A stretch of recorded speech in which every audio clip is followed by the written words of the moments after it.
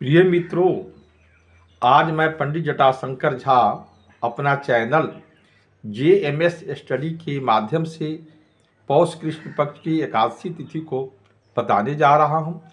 इस महीने की पौष कृष्ण पक्ष की एकादशी 26 दिसंबर बृहस्पतिवार को मनाया जाएगा। इस उपलक्ष्य में सभी दर्शकों को प्रणाम एवं हार्दिक शुभकामनाएं। पौष कृष्ण एकादशी व्रत कथा। युधिष्ठिर ने भगवान कृष्ण से पूछा कि हे भगवान, पौष कृष्ण पक्ष में कौन सी एकादशी होती है, उसका नाम और विधि क्या है और उसमें किस प्रकार से करनी चाहिए।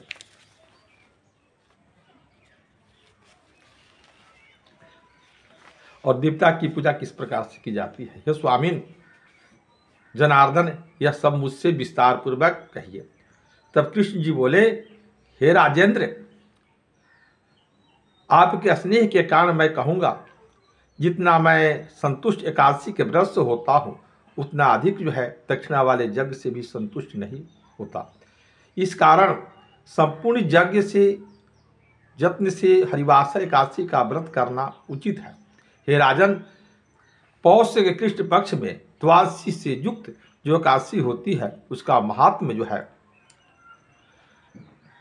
का बहुत एकाग्रचित्त होकर श्रवण करना चाहिए। हे राजन, सब महीनों में जितनी एकादशी होती है उनमें भेद नहीं करना चाहिए।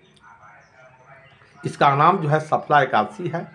इस एकादशी की और भी कथा सुनिए। अब मैं लोगों के हित के लिए निमित्त पौष की एकादशी को कहूँगा। पौष कृष्ण एकादशी का नाम सफला है। इसके आदिदेव नारायण है और इसमें प्रयत्नपूर्वक उनकी पूजा करनी चाहिए। हे राजन, पूर्वोक्त विधि से मनुष्य की एकादशी व्रत करना चाहिए। नागों में जैसे शेष, पक्षियों में जैसे गरुड़, यज्ञों में अश्वमेध यज्ञ, और नदियों में गंगा श्रेष्ठ है, देवताओं में जैसे विष्णु और 2 पद वालों में से जैसे ब्राह्मण श्रेष्ठ है, उसी प्रकार व्रतों में एकादशी तिथि सर्वश्रेष्ठ कहा गया है। हे भारतवंश में श्रेष्ठ युधिष्ठिर, जो सदा एकादशी का व्रत करते हैं, वे सर्वथा मेरे प्रिय है। सफला नाम की जो एकादशी है, उसकी पूजा विधि को कहता हूँ। देश काल में उत्पन्न फलों से व्रत के दिन मेरा पूजन करे।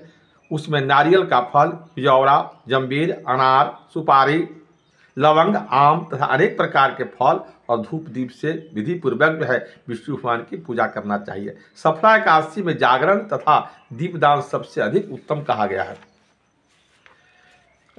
जब तक नेत्र खुले रहे तब तक मन में रात्रि में जागरण करना चाहिए, उसका पूर्ण फल सुनना चाहिए। हे राजन, उसके समान न तो कोई यज्ञ है, न तीर्थ है, न इस लोक में कोई व्रत है, क्योंकि 5000 वर्ष तक तपस्या करने से जितना फल प्राप्त होता है, उतना फल सफला व्रत के एकादशी व्रत करने से होता है। हे राज सिंह, अब सफला की कथा सुनिए। महिष्मत राजा की चंपावती नामक पुरी प्रसिद्ध है। उस महिष्मत राजा के 4 पुत्र उत्पन्न हुए। उसमें से ज्येष्ठ पुत्र महापापी, दूसरों की स्त्रियों से रमण करने वाला और सदा वेश्याओं के संग में रहने वाला था। इस भांति उस पतित ने पिता के सब द्रव्य को नष्ट कर दिया।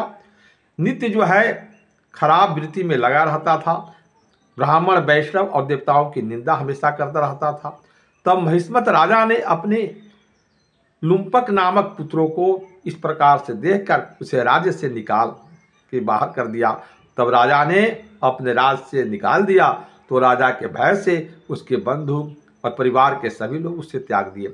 तब लुम्पक के मन में विचार आने लगा कि पिता और भाइयों ने तो मुझे त्याग दिया है, अब मेरा कर्तव्य है। इस प्रकार की चिंता में मग्न होने लगा। पाप बुद्धि को प्रवृत्त कर विचार करने लगा कि पिता की पुरी को परित्याग कर मैं वन में चले जाऊं। दिन भर वन में रहकर रात को नगर में चोरी करता और पिता का सब धन लूट लेता। इस प्रकार मन में विचार करके सदैव पतित वह लुम्पक पुरी को त्याग कर सघन वन में चला गया। वह पापी नित्य वनचरों का घात करता था और चोरी करने में तत्पर होकर समस्त नगरी को चोरी करता था।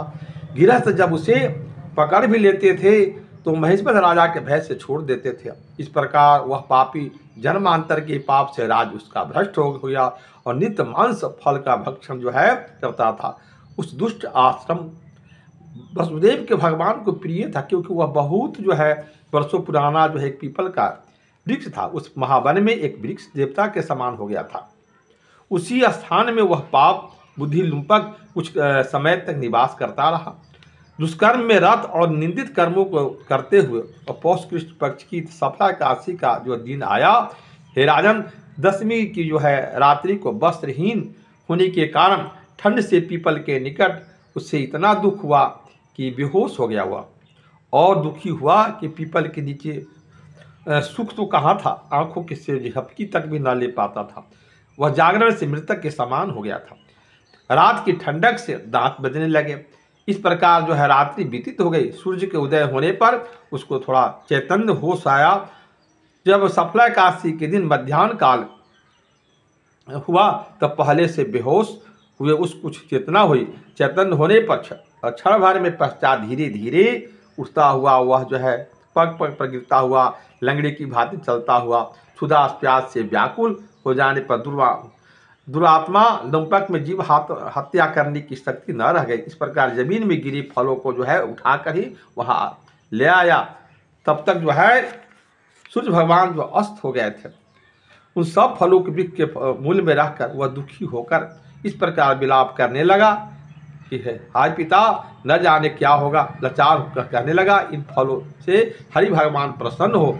तो कहकर वह लुम्पक उस रात्रि को जागरण करता हुआ बैठा रह गया। उस जागरण के प्रभाव से भगवान मधुसूदन ने सफला एकादशी का व्रत उन फलों का पूजन स्वीकार कर लिया।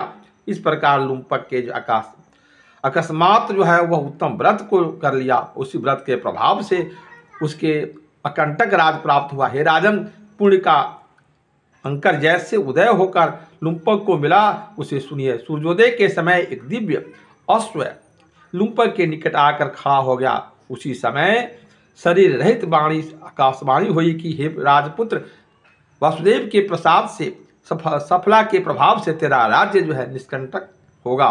तू पिता के समीप जा और निष्कंटक राज्य को भोगो। इस प्रकार आकाशवाणी को सुनकर भगवान ने कहा तथास्तु कहकर वह दिव्य रूपी धारी हो गया। वो अपनी मति को विष्णु को जो है भगवान के चरण में लगा दिया और दिव्य आभूषणों से जो है विभूषित होकर पिता को नमस्कार करके गृह घर में रहने लगा। उस वैष्णव को उसके जो है पिता ने निष्कंटक राज दिया और जो है उसने बहुत समय तक राज किया। हरिवासर अर्थात एकादशी के दिन विष्णु की भक्ति में सदा लीन रहने लगा और श्री कृष्ण के प्रसाद से उसको मनोवांछित सुंदर पुत्र और स्त्री मिली। उसके पश्चात वृद्धावस्था में वे जो है प्राप्त होने पर वह अपने पुत्र को जो है राज पर बैठाकर स्वयं विष्णु की भक्ति में प्राण होकर जो है स्त्री सहित वन को चला गया और अपनी आत्मा को वश में करके विष्णु लोक में प्राप्त करके वह कृष्ण के समीप गया और जाने पर चिंता नहीं रहती है वहाँ पर। इस प्रकार जो है सफला एकादशी के व्रत जो करते हैं इस लोक में जस और परलोक में निस्संदेह मोक्ष को प्राप्त करते हैं। सफला एकादशी के व्रत के प्रभाव से मनुष्य संसार में धन्य है, उसी जन्म में मोक्ष प्राप्त करते, इसमें संदेह नहीं है।